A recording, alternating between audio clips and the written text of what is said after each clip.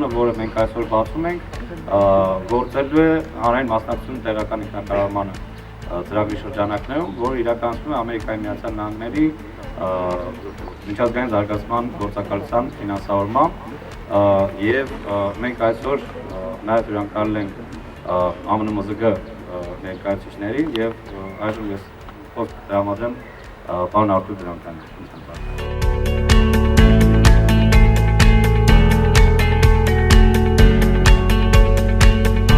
Մի հարթակ է, մի վայր է,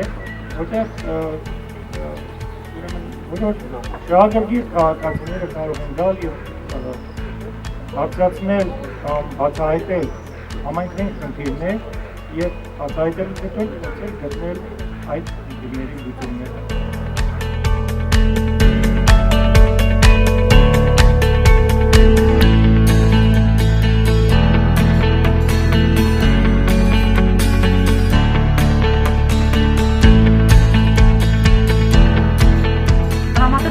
Այն է, ինչ որ մեր առաքելությունը, այսինքն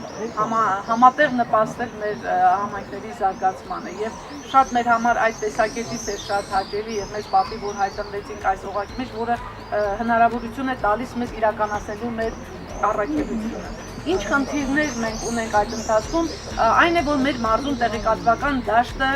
ոնց որ ասած ազատ է, մեկուսի է, ի տարբերություն ուրիշ մարզերի մեր մոտ չկան գործող լրատվամիջոցներ, այդ պաշտոնական տրադիցիոն լրատվային հեռուստատեսություն չկա, թերթեր համարյա լույս չեն տեսնում, կարելի է ասել, ինչ են մեր ակնկալիքները, մեր հավակնությունները, մեր ամբիցիաները, որ մենք դառնանք ոնց որ այդ լրատվական բացի լրատվող։